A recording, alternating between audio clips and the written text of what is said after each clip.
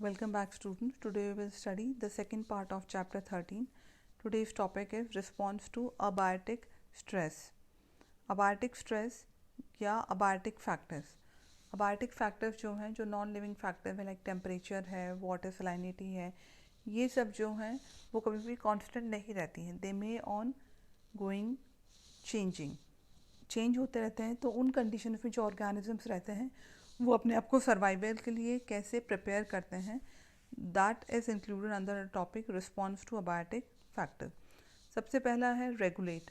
जैसे कि name indicate ही कर रहा है कि ये ऑर्गेनिजम्स क्या करते हैं, अपना इंटरनल एनवायरनमेंट जो है वो रेगुलेट कर लेते हैं. These comes under the category of the regulators. Some organisms maintain homeostasis. Homeostasis आपको बताया था, it's a phenomena in which organism can make their internal environment constant in terms of temperature and osmotic concentration. जैसे हमने पढ़ा था कि mammals and birds जो होते हैं वो warm blooded होते हैं because वो homeostasis को maintain कर सकते हैं.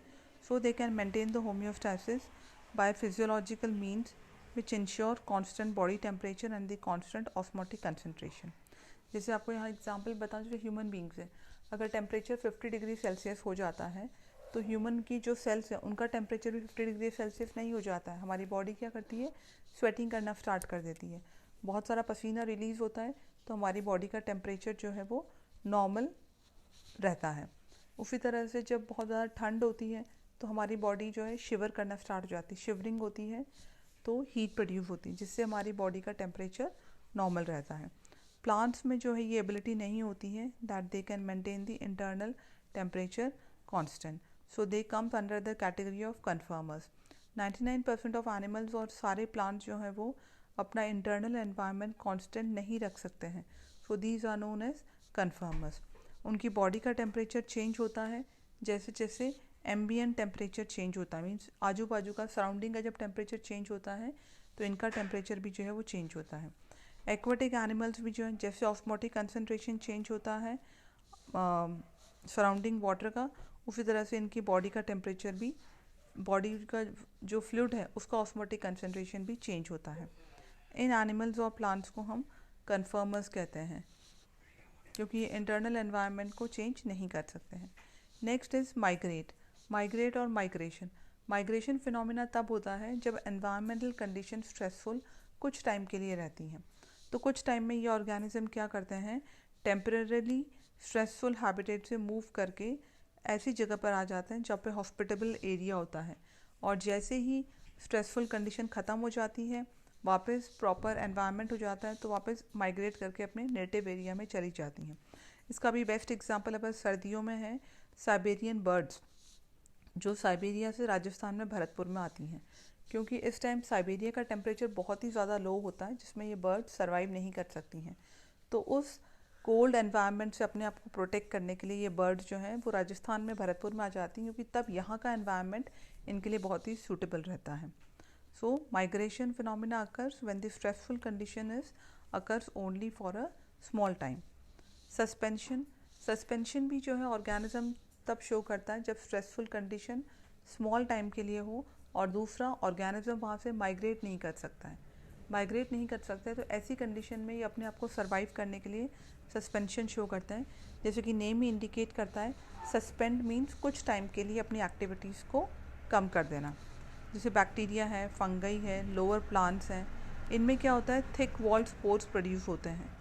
थिक वॉल्ड स्पोर्स जो है इनको प्रोटेक्ट करते हैं ड्यूरिंग द अनफेवरेबल कंडीशन, और जैसे ही फेवरेबल कंडीशंस आती हैं तो ये ऑर्गेनिजम्स जो हैं या स्पोर्स जो है वो जर्मिनेट कर जाते हैं सूटेबल एनवायरनमेंट में और अपनी एग्जिस्टेंस को कंटिन्यू रखते हैं. उसी तरह से सीड्स हैं हायर प्लांट्स के अंदर.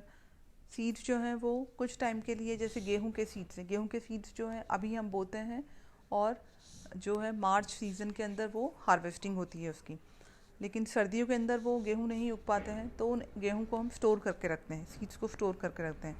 सो अंडर अनफेवरेबल कंडीशंस वो जर्मिनेट नहीं होते हैं, और जैसे ही फेवरेबल कंडीशंस आती है, मॉइस्चर और टेम्परेचर कंडीशन, तो वो जर्मिनेट कर लेते हैं. कुछ टाइम के लिए जो है दे गो इन अ स्टेट ऑफ डॉर्मेंसी और इनएक्टिव स्टेज, मतलब वो अपना सर्वाइवल कंटिन्यू रखने के लिए कुछ टाइम के लिए डॉर्मेंट रहते हैं. सम एनिमल्स ऑल्सो शो दी हाइबरनेशन और दी aestivation. Hibernation and estivation are also the phenomena which are showing the dormancy of an organism. Hibernation winter sleep, estivation is summer sleep. इसको कैसे याद करेंगे? बच्चे हमेशा कंफ्यूज रहते हैं एस्टिवेशन और हाइबरनेशन में. एस्टिवेशन ए और एस इज़ फॉर समर, तो एस्टिवेशन जो है वो समर स्लीप है और हाइबरनेशन विंटर स्लीप है. इसके अलावा ऐसे भी याद कर सकते हैं आप लोग कि ए अल्फ़ाबेट से पहले आता है, एच बाद में आता है. और जब हमारी स्कूल स्टार्ट होती हैं तो समर वेकेशंस पहले आती हैं और विंटर वेकेशन बाद में आती हैं. So aestivation summer sleep, hibernation is winter sleep. Hibernation जैसे बेयर है, आपने भालू को देखा है. भालू जैसे मूवी भी आई थी, मोगली मूवी, उसके अंदर क्या था, भालू जो है विंटर आने से पहले बहुत सारा हनी इकट्ठा करता है क्योंकि उसके बाद में गुफाओं में जाके रहता है. सिर्फ खाना और अपनी सर्वाइवल के लिए जो मिनिमम रिक्वायरमेंट्स हैं उनको कंप्लीट करता है. एस्टिवेशन कुछ फ्रॉग्स हैं, सैलमेंडर्स हैं, ये स्नेल्स हैं, ये भी एस्टिवेशन शो करते हैं क्योंकि गर्मियों में एनवायरनमेंट बहुत ही ज़्यादा स्क्रॉचिंग होता है, स्क्रॉचिंग हीट होती है, तो इसीलिए उस टाइम दे अंडरगोज दी एस्टिवेशन. उसी तरह से अनफेवरेबल कंडीशन में कुछ जू प्लैंक्टन स्पीशीज़ होती हैं. दो shows the diapause. Diapause is a kind of suspension जिसमें जू प्लैंक्टन सिर्फ सर्वाइव करता है, मिनिमम लाइफ प्रोसेसेस जो हैं उनको ऑपरेट करता है, उनकी बॉडी ऑपरेट करती है, अदरवाइज वो सस्पेंडेड कंडीशन में रहते हैं. सो डायपॉफ इन जू प्लैंक्टन, ये टॉपिक बहुत इंपॉर्टेंट है. इनमें से कई बार क्वेश्चन आ रखा है. इसमें 1 मार्क, 2 मार्क्स, 3 मार्क्स सभी तरह के क्वेश्चंस आते हैं. Yes, it's a diagrammatic representation of organismic response. कुछ ऑर्गेनिज्म ये एक्सटर्नल लेवल है, मतलब आउटर एनवायरनमेंट, इंटरनल लेवल यानी इंटरनल एनवायरनमेंट. ऑर्गेनिजम्स जैसे एनिमल्स और प्लांट्स हैं, maximum animals and plant they are conformers. जैसे बाहर का एनवायरनमेंट चेंज होता है, इंटरनल एनवायरनमेंट भी चेंज होता जाता है. कुछ होते हैं रेगुलेटिव. रेगुलेटिव बाहर का एनवायरनमेंट कितना भी चेंज हो, लेकिन रेगुलेटिव जो है अपना कांस्टेंट एनवायरनमेंट हमेशा मेंटेन रहता है. Some organisms are also there which can show the regulations according to the environment to an extent. कुछ एक्सटेंट तक तो रखते हैं, बाहर के अकॉर्डिंग चेंज होते हैं, उसके बाद वो अपना इंटरनल एनवायरनमेंट कांस्टेंट रखना स्टार्ट हो जाता है at the expense of the energy.